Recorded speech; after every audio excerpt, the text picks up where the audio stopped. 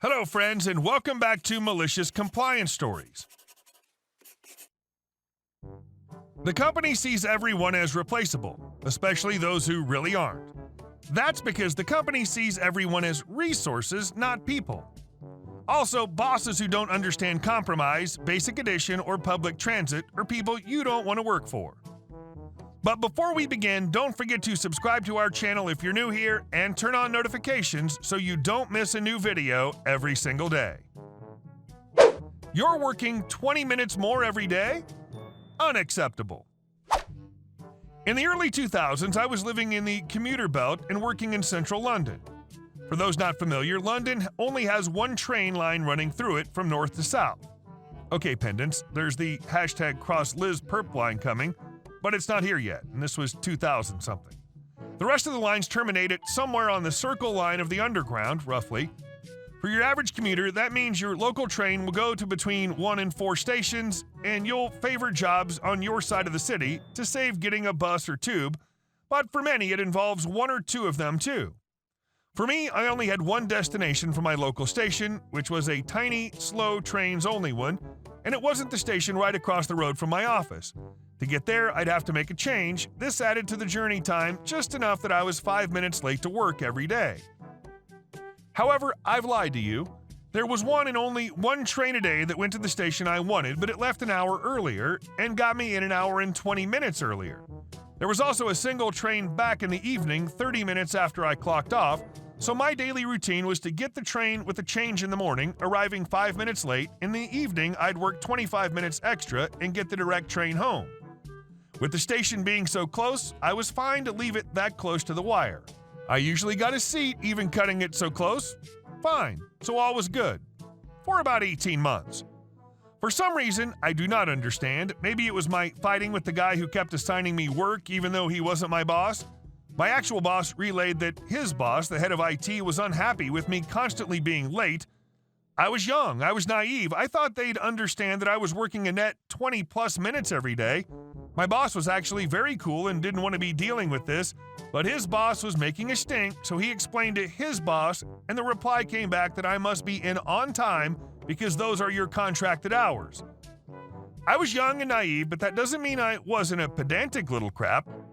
I proceeded to get the early train, losing an hour's sleep each morning, and arrive at the office 1 hour and 20 minutes early, took my shoes off, put them back up on my desk, set an alarm, and did my best to claw back that lost sleep.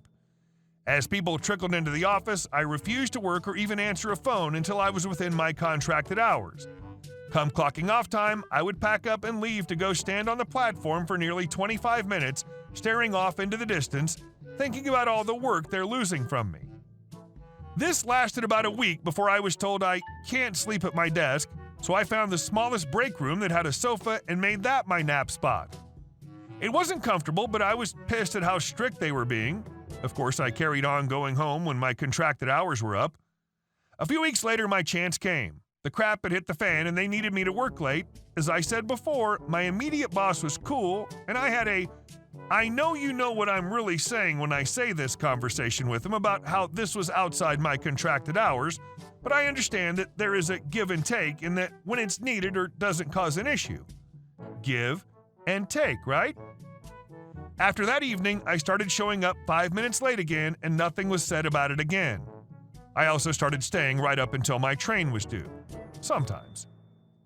Edit. To say that I didn't get paid overtime unless it was approved beforehand, like the day it hit the fan, I just worked the extra to finish up what I was doing, and because I was young and dumb enough to think hard work got you somewhere.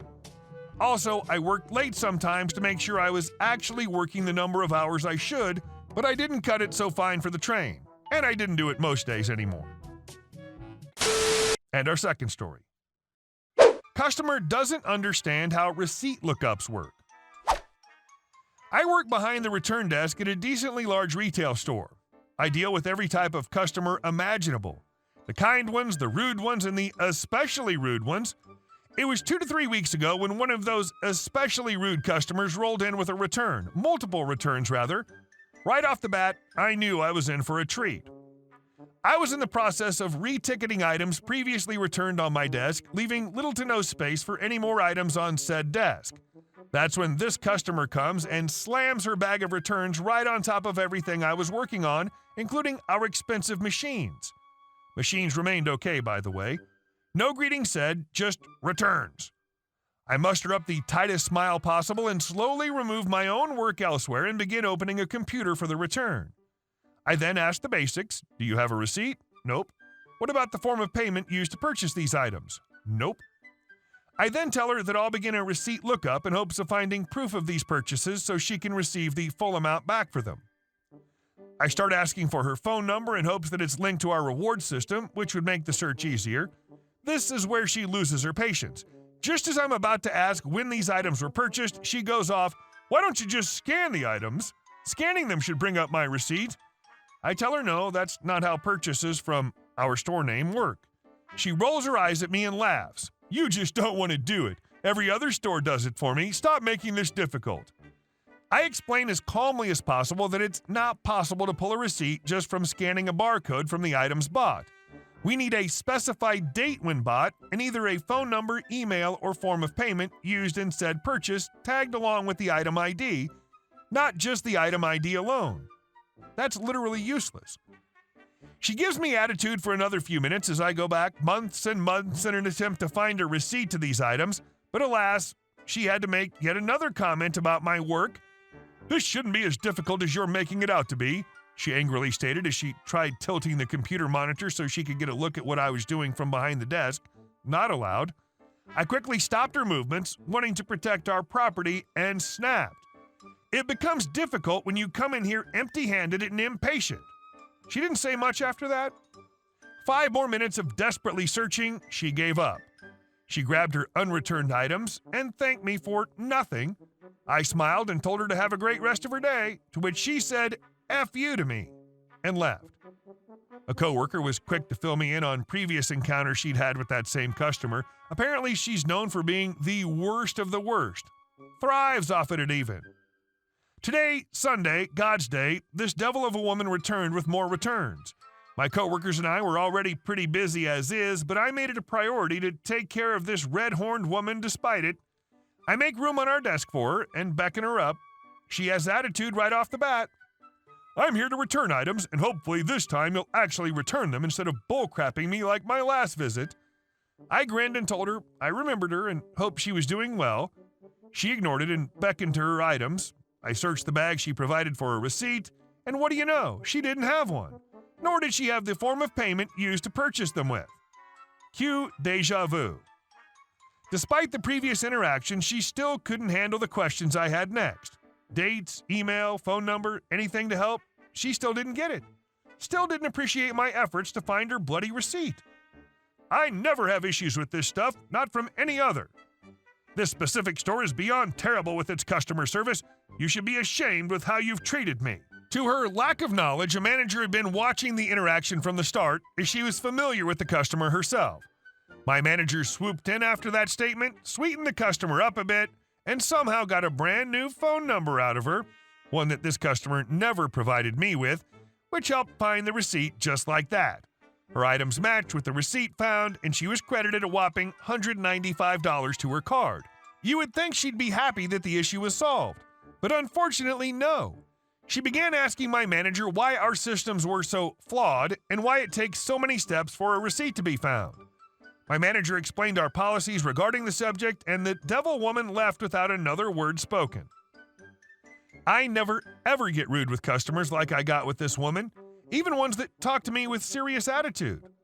This one crossed a ridiculous amount of lines, from nearly ruining our printing machines, touching our property without permission, showing impatience, and being overall rude to me despite my long efforts to retrieve her receipt. I felt defeated.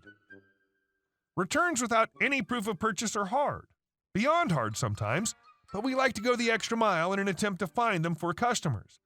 Nobody wants to go home without their money back. We know this. We try to help. We really do. I wish more people could sense this.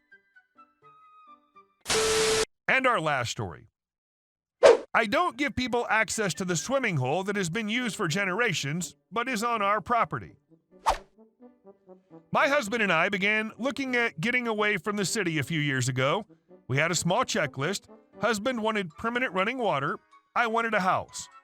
We looked at many properties before we stumbled upon this one by a fluke. It has 2 permanent creeks and a small house and is absolutely perfect. The property runs adjacent to a national park, so it'll always remain secluded. We both instantly fell in love, and even though it was quite out of our budget, our parents both loved it as well and helped us purchase it. The property itself is almost 100 acres and is the very last house on the dirt road. Also, I should mention that the seller of the property was an elderly man who only used this place as a weekender and owned his permanent home in the city.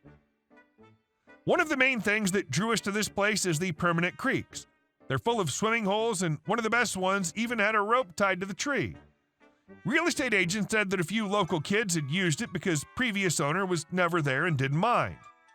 The road turns into an easement to get to the national park entrance, and the creek line is the boundary of our property to the national park. The swimming hole in question is about midway between the easement and our house. Over the years, the swimming hole has become well known to the locals, and there's a path that's been made to get to this swimming hole that's on our property. We certainly didn't like the idea of strangers walking so near the house, so husband puts up a wire fence across the path and a no trespassing sign.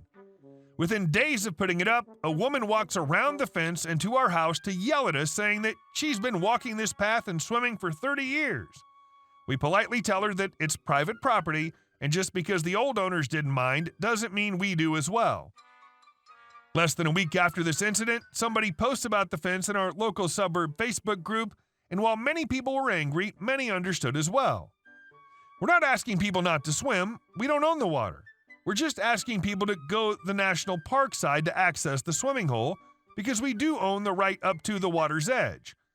However, about another week later, our sign is stolen and the wire fence is cut. We made it very clear what our reasoning is. We purchased this property for privacy, and so far people are more invasive than if we'd purchased in the city. Just today, I was out mowing.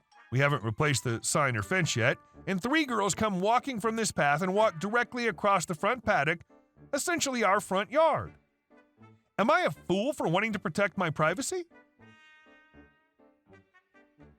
Hey guys, thank you all for watching the video. I'll see you in the next one.